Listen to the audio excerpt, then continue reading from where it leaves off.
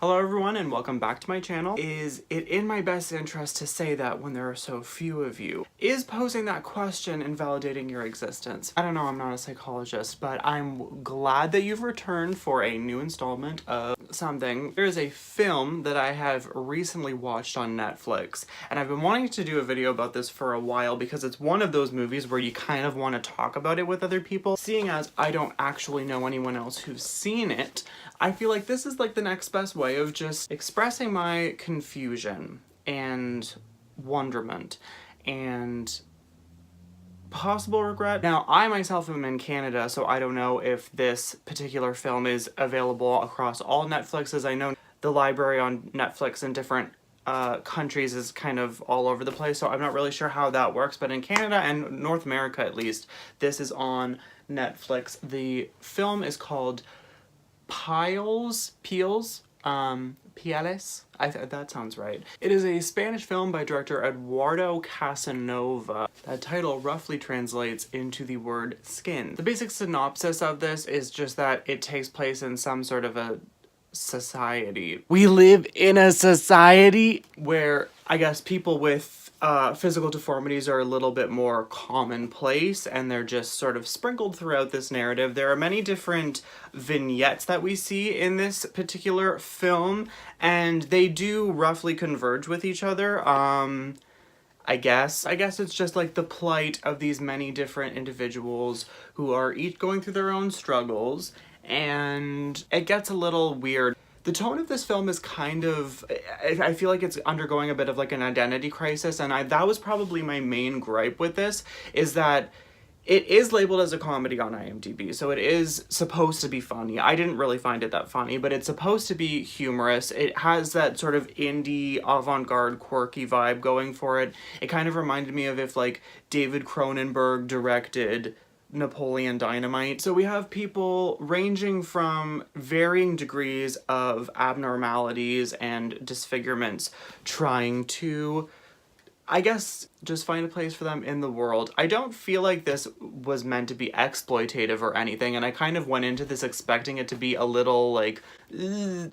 But I didn't really seem to have an issue with that. I actually thought that the message was kind of basic and expected, and that was another problem that I had with this. So we basically follow around these people. So there's a little person, this woman who works for a children's show. Then we have this woman who, there's this man who almost looks like a burn victim.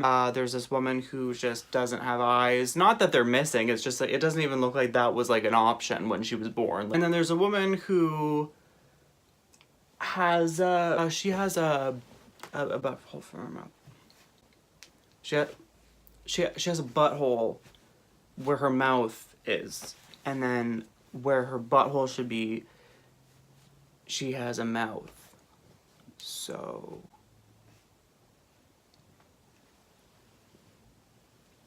I don't know, you better stop, bitch. And then we have this young man who doesn't necessarily have anything wrong with him, but he wants to have legs that don't work. For those of you who don't know, that is an actual illness called body integrity identity disorder. I believe it's very rare, but the film touches upon that a bit as well. We don't spend too much time with that character, even though I would argue that his character is very interesting. Like, I kind of wish that a little bit more was done with that. So the format in which I do reviews on this channel, I'm not going to get like super in depth about things like that. So I will talk about specific scenes, so I guess in a sense those are spoilers themselves, but I'm not going to like ruin the ending of the movie or go super in depth about like scene for scene every single thing that is about to happen. So you can still technically watch this review and then go and watch the film yourself on Netflix if you so choose, but I will be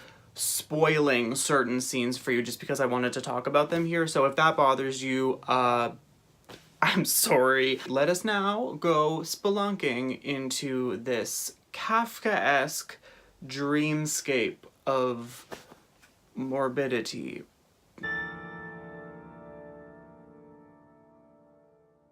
One thing I will say about this film that I feel like the film does right is I really do like the aesthetic of what's going on here. They use a lot of like lilac colors, like pastel kind of colors. It's very, it's weird. It does something to your brain when you're watching it because you are seeing this somewhat disturbing imagery and the plot is kind of fucked up. There's this sort of dreamy quality to it. It almost feels like nothing in the film is actually really happening, and I know that that can probably be seen as a negative thing, but I liked the way that the shots were composed. I liked the color scheme. So the film kind of opens with Laura. She's, I guess, works in a brothel and can't see. And apparently that's supposed to be like this great thing for her dons because they don't have to worry about her looking at them or something. I don't know, a lot of the themes that they touch upon this, I don't know if there was like a language barrier or some kind of cultural barrier. I didn't really get certain scenes. It's not like I didn't understand the movie because the movie is very straightforward. Like, it's not super surreal or abstract or anything like that. I thought that this was like sort of a quirky, weird attempt at like shocking people. I normally don't like when films are just weird for the sake of being weird, which I feel like this film is kind of the culprit of doing that, a little bit at least. So she puts these gems on the spots where her eyes are supposed to be like a normal person, and that's supposed to like calm her down or just like put her in this zen mode. I don't fucking know. Next we have Butthole trying to order food at a restaurant. I don't even know if I'm allowed to show this on YouTube. There's literally a butthole on her face. Like, it's like a hairy butthole on her face. What do I do with that? I'm gonna have to censor this whole thing. So she's trying to order soup, I guess, because she can't really eat anything with a butthole for a face. And then this particularly rotund waitress is sort of basically just laughing directly in her face. I feel like that's just kind of mean, but also if I saw someone with a butthole in their face, I can't promise that I wouldn't have the same reaction. Also, she's wearing this color. I feel like there's some like weird color association, like how we get with Suspiria and films like that. I don't know if it's just meant to be aesthetically pleasing or the director likes lilac. I mean, gays like lilac, you know? Look at this director and tell me that that is not a gay. You can't. ¿Qué haces? Ey, pero no te vayas todavía, guapa. Oye, una pregunta. These two fucks who looks like they just got out of a Antwoord concert start harassing this poor butthole woman. Let's call her, Colina. So Colinina, I don't remember what her actual name is. Anna, I think? No. Samantha. Sure. Colinina is being harassed by these people with very in haircuts at the moment. Again, with this color, like her car is the same color, like it's her entire outfit is lilac, this guy's tank top is lilac, the buildings are lilac, her car is lilac. Like, what is going on? Oye, una pregunta. Si el culo lo tienes en la cara, en el culo tienes la boca. Who creates a scene like this? They're basically harassing her because they're wondering what it would be like to, you know, fuck someone with a butthole mouth, which, like, fair. You know, they just like come up to her in her entirely lilac getup in her lilac car with the lilac houses, and he's also wearing lilac, and this isn't strange to any of these people. And he's like, hey man, check out that butt to her face. I mean, right, 'cause her butt's a face and her face is a butt. I mean, that is a good question. Like, that is rude. That is rude, but like, that's what we were all thinking. Don't lie to yourself. And then she answers something like, ah! And then attacks them and gets away.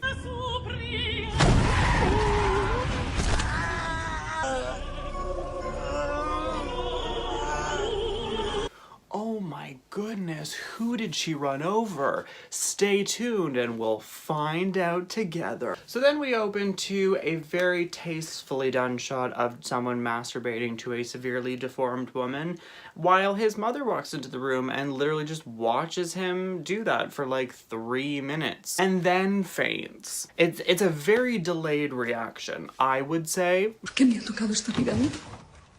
No puedo más. No puedo más. Girl, I know, like, I feel ya. Es mi novia. Mi novia. Vete de mi vida, mi amor. Vete y no vuelvas. I don't know if it's weird because I've been like sort of introduced to the Spanish culture in maybe very unforgiving ways, like with telenovelas and stuff like that, but I feel like whispering these kinds of lines is very like the opposite of how I imagine a scene like this would go if this was like in any other type of Spanish programming. She's like, get out of my life, go. Ellos cubrían tu cuerpo al cenar. Tus cabellos cubrían tu cuerpo. Cara dulce apasionada, me dice bailando. Otro te abrazaba. Okay, here's the burn victim guy. Well, that's a little jarring. This probably is going to sound really weird, especially after watching a scene just like that, and I know that I'm sort of like rifling through this. Obviously, I'm not going to frame by frame break down this entire film, or this video would be really long. But we are at probably around the 20-minute mark. And by this point, I remember sort of, and I know this is going to sound weird, but you almost sort of get used to the fact that all the characters are deformed. Like, it almost just isn't jarring anymore. And I don't know if that's what Eduardo was going for, or if this whole thing is supposed to just be for shock value and you're just supposed to be like disgusted the entire time. Because I will say that the more you're exposed to them, the more you don't even care that they look like this. If that's what you were going for, then congratulations, I guess. Next, we open on to yet another tableau of a very distraught mother talking to some sort of a physician with her wheelchair-bound son, who is just decked entirely in, guess what fucking color? I guess I already just spoiled the fact that he's not actually paraplegic and just wants to be, so... Dime, ¿quieres ver a tu padre? Sí. ¡Que dejes en paz a mi marido!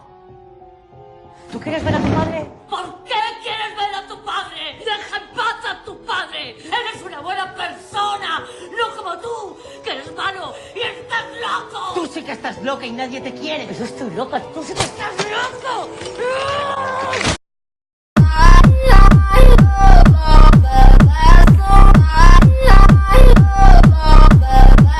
So this is the scene where, when I previously said that I felt like she was underacting, especially for a Spanish production, we really make up for that here. And I was very, very happy with that.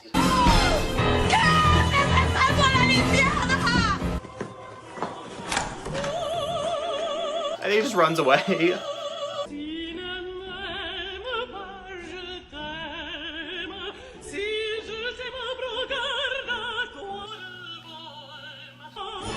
That was so rude.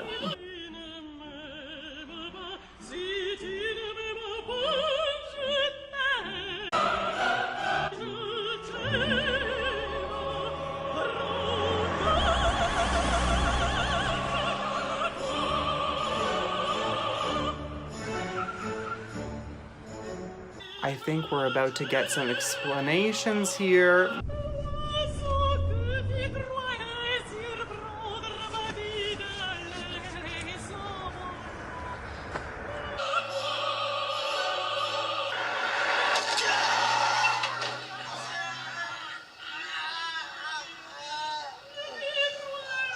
I've already seen this and that still like makes me uncomfortable to watch. Thanks a lot, Ashley. So I Can't Believe It's Not Butter is obviously very distraught about this, and we follow her back to her house as she's freaking out, butthole a quiver. Her dad is very confused and very concerned about her appearance and her current mental state. Cada uno tenemos lo nuestro. ¿Qué te crees? ¿Que yo no tengo que andar también con cuidado? Yo no soy como tú.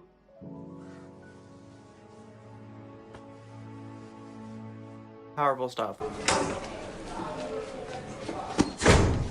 ¿Ya habéis terminado? Hemos cortado para bocadillo.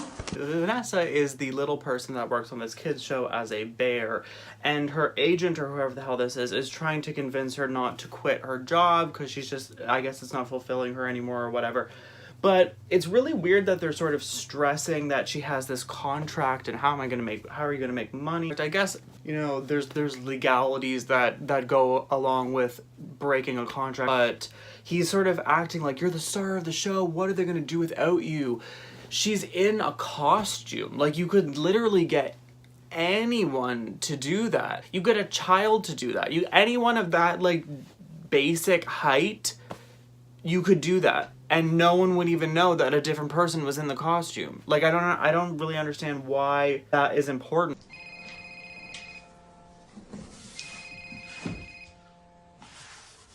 ¿Qué habíamos dejado el imbécil ese? Ya te he dicho que he quedado para cenar con él esta noche y decírselo. ¿Por qué no le llamas y se lo dices directamente? No lo voy a dejar por teléfono.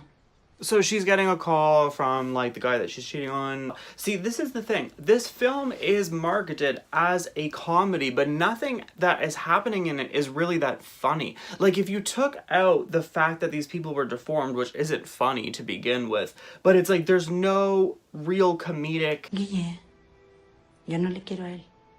Te quiero a ti. ¿No te das cuenta? Que estamos hechos el uno para el otro. Like, that could be inserted into any kind of drama and no one would be like, ha ha ha ha ha. Like, I don't fucking get it. I don't get it.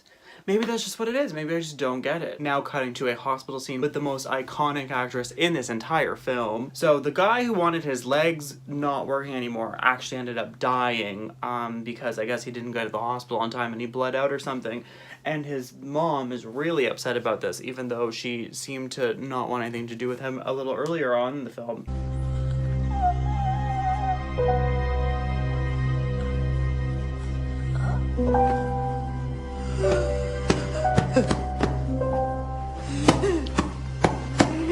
I like this one. I like this woman. So it turns out it's Gloria Hole's birthday. If that is not a drag name that's already taken, I'm trademarking that, just so you know. Es preciosa.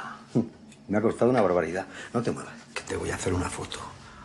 Ah, sí. Te queda genial. Está graciosísimo. Ahora te paso la foto. Vaya. Me acabo de quedar sin batería.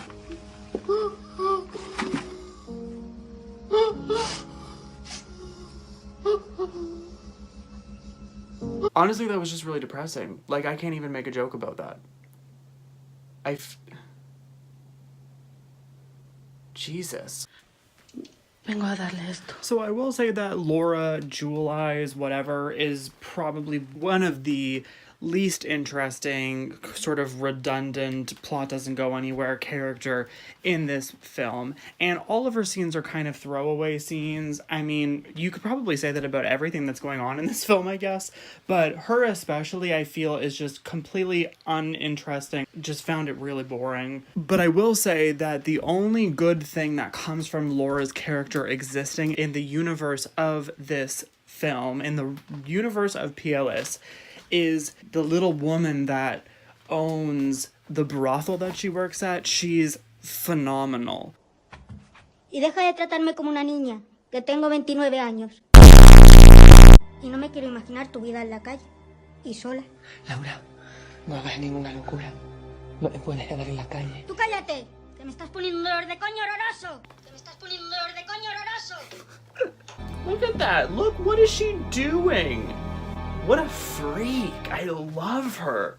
Basically, the only thing that's going on with Laura is the rotund waitress steals her jewel eyes and eats them to, like, smuggle them out of the wherever they are. And she's like, oh my god, my jewel eyes. And then rotund waitress goes home and shits them out, which I'm obviously not going to show you that. And then I guess is thinking of pawning them off, but then feels bad about it. And she's like, I gave you your jewel eyes back. Hope you don't mind that they were in my asshole. And then Laura is just like, oh, that's okay. I just spent the entire movie whining about the fact that I don't have my jewels anymore, but now that I have them back, you can keep them. And then they fall in love. So, like... Shut up! Oh my god, I don't care! Come on, Casanova. Eduardo, what are you doing?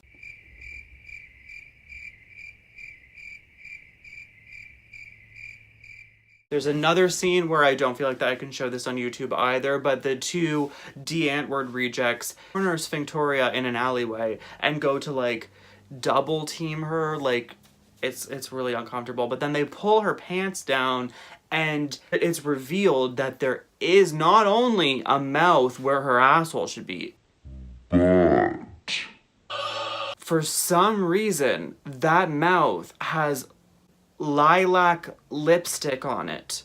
I honestly wish I could show you this, but I feel like my entire YouTube channel is going to be flagged. And then the lilac lipstick mouth bites one of their dicks.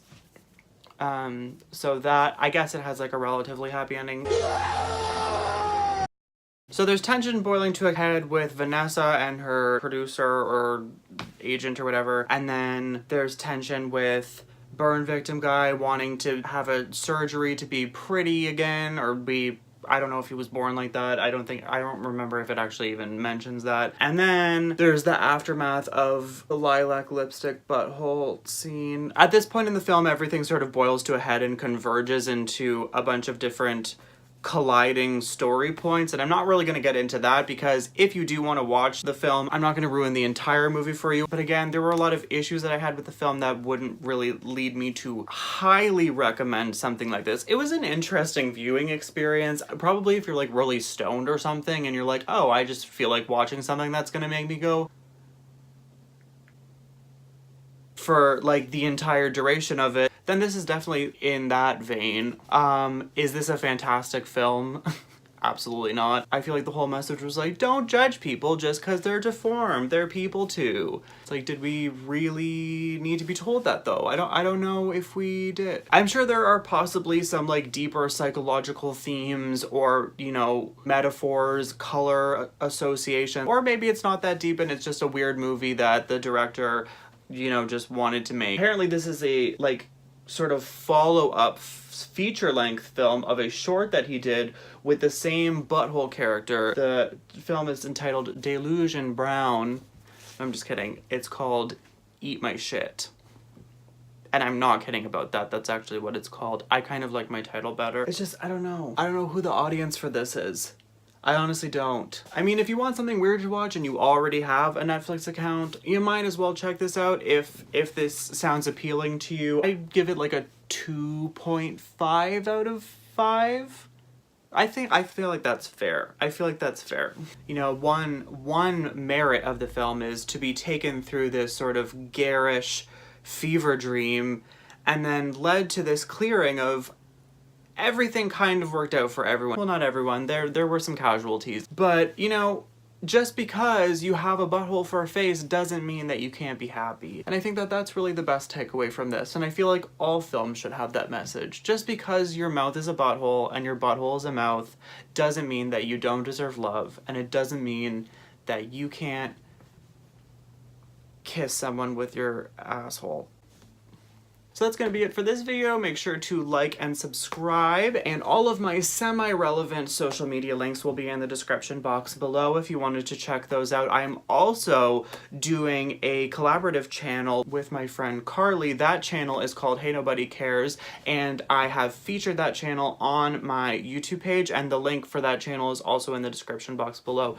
We upload videos every week, and the content on that channel is a little bit more boisterous and high energy, so if that's something that floats your boat, you are free to check that out as well. I would really appreciate that. And I will be sure to be back very, very soon, most likely next week, with a new video for you guys. Thank you so much for stopping by. I really appreciate it, and watch PLS on Netflix, but don't say that I recommend it. Just watch it. Just experience it. Do it to yourself, because I did it to myself, and the greatest joy that I have is letting people suffer with me.